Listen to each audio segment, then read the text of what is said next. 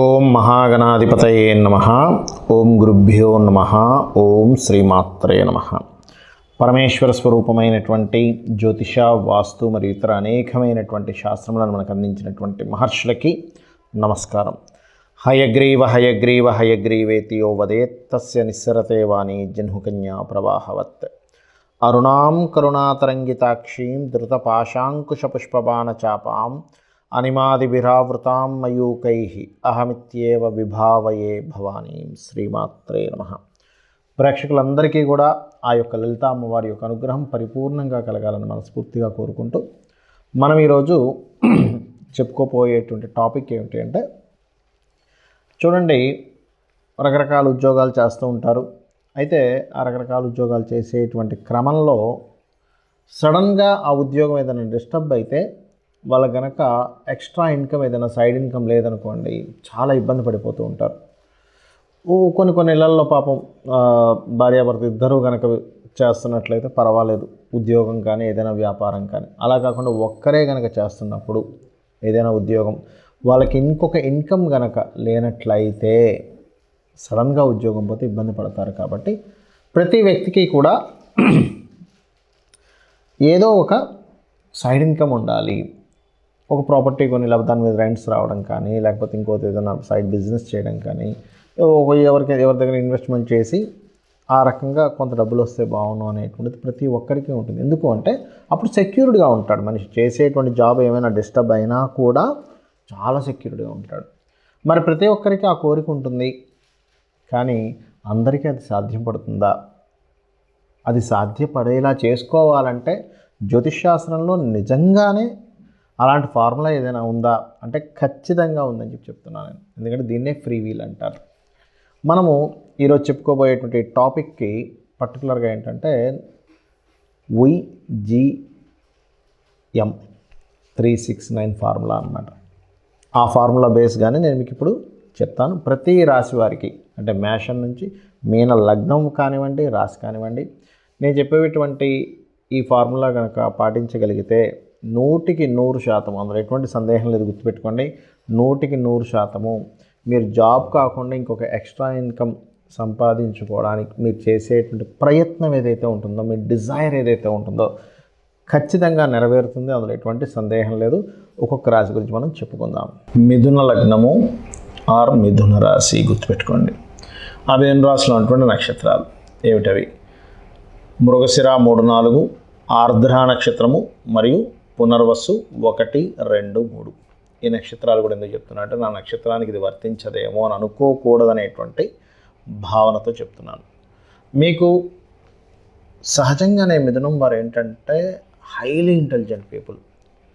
తెలివితేటలు వాళ్ళకి పెట్టిన పేరు మిథున లగ్నం స్పెసిఫిక్గా. ఎందుకంటే నేను అందుకే వీళ్ళని ఎప్పుడు కూడా నడిచే వికీపీడియా అంటూ ఉంటాను. బోల్డ్ అంత నాలెడ్జ్ ఉంటుంది. ప్రతి సమస్యని ఎలా దాన్ని క్లియర్ చేయాలి అనేటువంటి ఆలోచన, మీకున్నంత ఆలోచన మరొకటి ఉండదండి.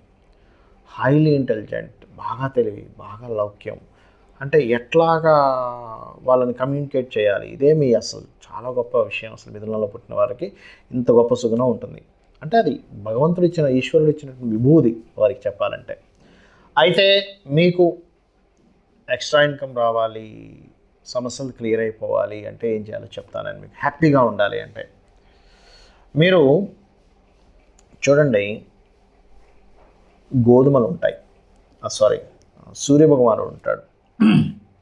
సూర్యభగవానుడి యొక్క డైరెక్ట్గా మనకు కనబడేటువంటి ఉదయాన్నే నిద్ర లేచిన వెంటనే సూర్యుడు కనిపిస్తూ ఉంటాడు. ఆ రకంగా అయినా సాధన చేయొచ్చు. లేదా నవగ్రహాలలో సూర్యగ్రహము మరియు గురుగ్రహం గుర్తుపెట్టుకోండి. సూర్య మరియు గురు, ఈ యొక్క గ్రహాల దగ్గర దీపారాధన చేయండి.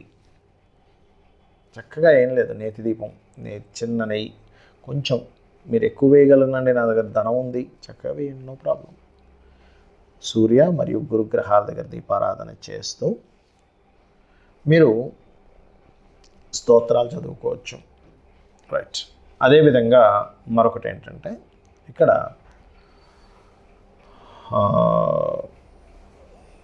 బొబ్బర్లు ఉంటాయి, బొబ్బర్లు అంటారు. బొబ్బర్లు మరియు తెల్ల నువ్వులు గుర్తుపెట్టుకోండి. బొబ్బర్లు, తెల్ల నువ్వులు. బొబ్బర్లతో ఏదైనా వంటకం చేసి మీరు ఎవరికైనా తినడానికి ఇవ్వవచ్చు. తెల్ల నువ్వులతో ఉండల్లా చేసి మీరు తినడానికి ఇవ్వచ్చు. ఎవరికైనా ఇవ్వచ్చు, దానివల్ల దోషమేం లేదు, గుర్తుపెట్టుకోండి. చక్కగా ఇవ్వచ్చు. కానీ తెల్ల నువ్వులు ఉండలు మాత్రం పొరపాటును కూడా గోవుకి తినిపించకండి దయచేసి. ఇది చేయండి, చిన్న ప్రక్రియ చేయండి, మీరే చూస్తారు ఎంత అద్భుతంగా ఉందని అని అనిపిస్తుంది మీకే.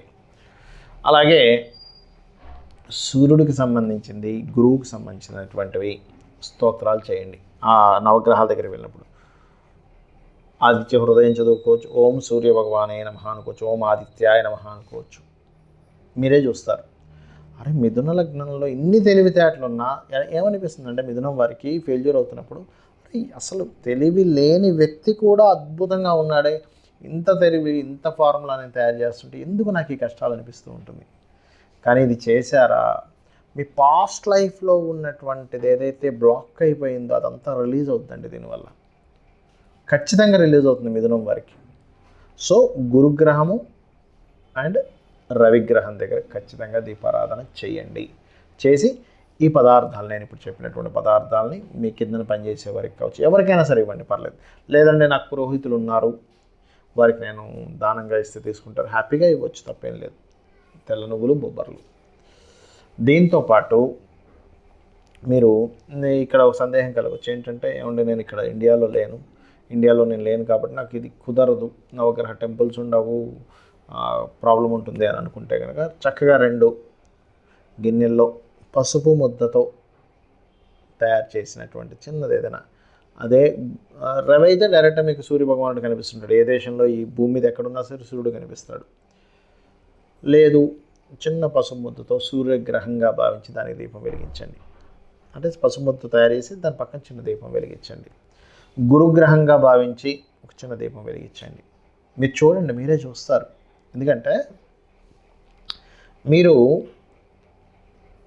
వెలిగించి చక్కగా ఓం సూర్య భగవానే నమః, లేదా ఓం ఆదిత్యాయ నమః, ఓం గురుగ్రహాయ నమః, ఒక్క 10 నిమిషాలు, ఎక్కువసేపు అక్కర్లేదు. 2 టైమ్స్ చేస్తారా డైలీ, మార్నింగ్ అండ్ ఈవినింగ్, ఇంకా మోస్ట్ పవర్ఫుల్. అది సంధ్యా సమయంలో చేయాలి. అంటే సూర్యోదయం అవుతున్న సమయంలో చేయాలి, గుర్తుపెట్టుకోండి.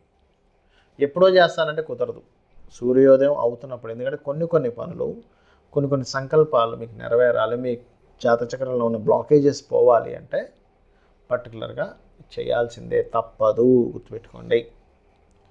ఆ రకంగా చేయండి. ప్లస్ అక్కడ ఇంకెవరైనా ఉన్నారు విదేశాల్లో కూడా, ఎవరైనా ఇస్తే తీసుకుంటారంటే ఇవ్వండి, ఇంక లేదంటే మనం ఏం చేయలేము దానికి. బట్ ఏదైనా ఒక రూపంలో దానం ఇవ్వడానికి ట్రై చేయండి. బొబ్బర్లు అండ్ తెల్ల నువ్వులు, నల్ల నువ్వులు అక్కర్లేదు, తెల్ల నువ్వులు ఇవ్వచ్చు, చక్కగా హ్యాపీగా వాడుకోవడానికి. మీ దగ్గర పనిచేసే వాళ్ళు ఎవరు ఉంటారు, నువ్వులు తీసుకొని వాడుకోమని చెప్పి ఇవ్వచ్చు హ్యాపీగా. అది చేయండి. దీంతోపాటు ఇంకొక పని చేయాల్సింది ఏమిటి ఇక్కడ అని చెప్పి చూసుకున్నట్లయితే, పర్టికులర్గా మీరు ధ్యానంలో కూర్చొని, లేకపోతే అంటే ముఖ్యంగా ఏంటంటే అమ్మవారి ధ్యానం, గుర్తుపెట్టుకోండి. ధ్యానంలో కూర్చొని అమ్మవారిని లేదా వెంకటేశ్వర స్వామి రూపాన్ని ధ్యానించుకోండి. జస్ట్ ఆ రూపం మీకు కనిపిస్తుండాలి, అలా వెంకటేశ్వర స్వామిని కానీ అమ్మవారిని కానీ. ఇంకొకటి ఏంటంటే పర్టికులర్గా మీరు ఏదైనా ఒక నామం చేసుకోవాలా అంటే, ఓం నమో వెంకటేశాయ లేదా ఓం శ్రీమాత్రే నమః. మీరు ఎవరైనా శ్రీ కనబడింది మీకు ఉదాహరణకి అంటే, ఇది చాలా బాగా పనిచేస్తుంది, మోస్ట్ పవర్ఫుల్. పెద్ద సీక్రెట్ చెప్తున్నాను నేను మీకు. ఎవరైనా స్త్రీ కనబడింది మీ కంటి కనుక శ్రీమాత్రే నమః అనుకోండి మనసులో. అది ఎంత పవర్ఫుల్గా పనిచేస్తుంది అంటే, మీకు తెలియకుండా నాకు ఏదో శక్తి వచ్చింది అంటే, నా లోపలికి ఏదో సంథింగ్ ఎనర్జీ వచ్చింది అనిపిస్తూ ఉంటుంది. ఇది మీరు చేయండి, మీరే చూస్తారు, అద్భుతాలు చూస్తారు మీరు లైఫ్లో. మీరు చేస్తున్నటువంటి సాధన పూర్తి స్థాయిలో మీకు ఫలించాలంటే కొన్ని స్టెప్స్ పాటించాలి. అది ఆఖరిలో చెప్తాను, అదేంటో ఇప్పుడు నేను మీకు చెప్తాను. పాయింట్ నెంబర్ 1 గుర్తుపెట్టుకోండి. ఇప్పుడు చెప్పిన సాధన రెగ్యులర్గా చేయండి, రోజు చేయండి. రోజు ఎలా చేస్తారు? హ్యాపీగా చేయండి, హ్యాపీ మూడ్ని తెచ్చుకొని చేయండి. అబ్బాయి ఏదో చేస్తున్నావు, ఇది చెప్పాడు ఫలిస్తుంది, కానీ అబ్బాయి ఏమిటి రోజు ఈ పని అనుకునే మూడ్లో చేయకండి. ఎందుకంటే మనము ఏ మూడ్లో చేస్తామో ఏ పనైనా కానీ దాని రిజల్ట్ కూడా ప్రకృతి అలాగే ఇస్తుంది, గుర్తుపెట్టుకోండి. Happy mood. అసలు ఈ భగవంతుడు మనకి మానవ జన్మనివ్వడం, మనం ఈ మానవ జన్మగా పుట్టడం చాలా గొప్ప విషయం. ఎంజాయ్ ఇట్ అన్నట్టుగా చేయండి, ఖచ్చితంగా పనిచేస్తుంది. అలాగే మరొకటి ఏంటంటే, మీకు ఇప్పుడు ఈ ప్రక్రియ వల్ల 100% మీకు సక్సెస్ వస్తుందండి. అందులో ఎటువంటి డౌట్ లేదు, గుర్తుపెట్టుకోండి. 100% వస్తుంది, వచ్చి తీరుతుంది. వచ్చిన దాంట్లో 1% నుంచి 10% లోపల మీ ఇష్టం, మీరు ఎంతైనా చేసుకోవచ్చు. ఎందుకంటే 1% అని ఎందుకు అంటున్నానంటే, ఒక వ్యక్తికి 1000 రూపాయలే రావచ్చు పాపం, అతనికి ఎక్స్ట్రా ఇన్కమ్. ఆ 1000 రూపాయలతో ఆ 1000లో 100 నువ్వు వేరే దానికి ఖర్చు పెట్టు అంటే పాపం అతనికి సాధ్యపడకపోవచ్చు. కానీ 10 రూపాయలు ఖర్చు పెట్టగలడుగా. 10 రూపాయలు, 1000 రూపాయలు, 10 రూపాయలు చాలా సింపుల్ విషయం కదా.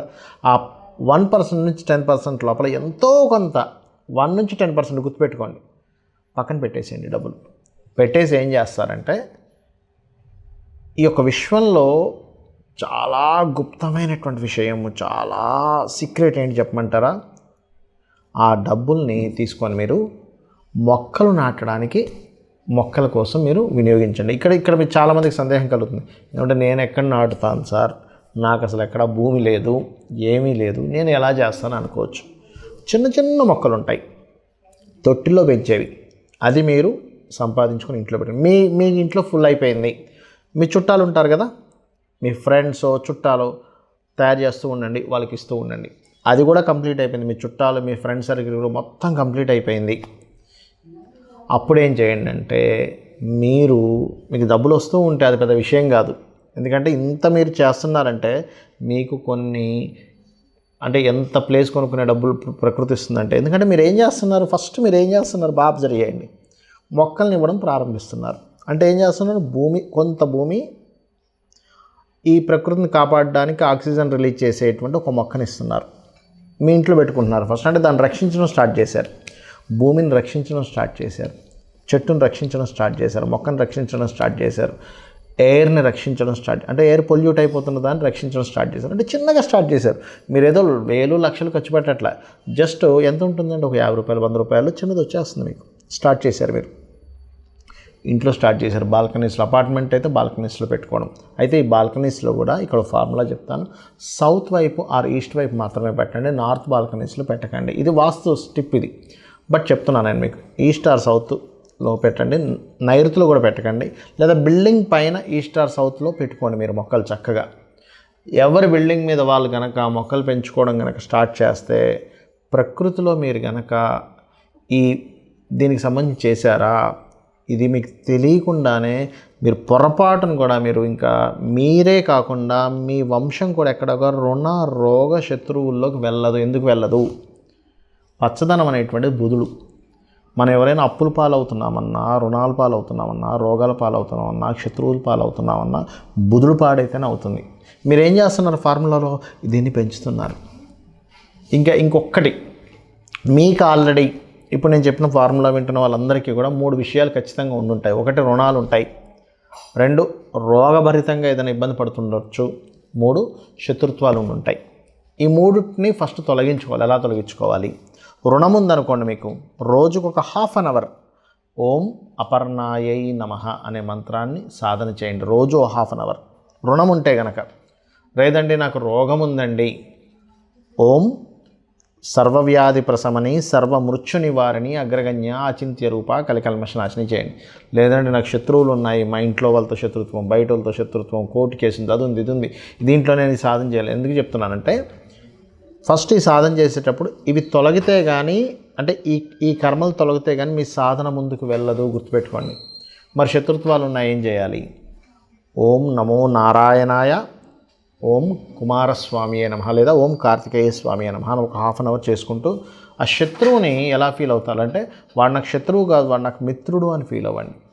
వాడు నాకు శత్రువు కాదు, వాడు నాకు మిత్రుడు. ఎప్పుడు కూడా శత్రుభావము, రుణభావము, రోగభావము యాక్టివేషన్లో ఉంటే మీ డిజైర్ భావం యాక్టివేషన్ అవ్వదు. ఇది ఆస్ట్రాలజీ ఫార్ములా. ఇవి చేయండి, 100% మీరు ఐశ్వర్యవంతులు అవుతారు. ఐశ్వర్యం అంటే అన్నీ ఉండడం మనిషికి. శ్రీమాత్రే నమః.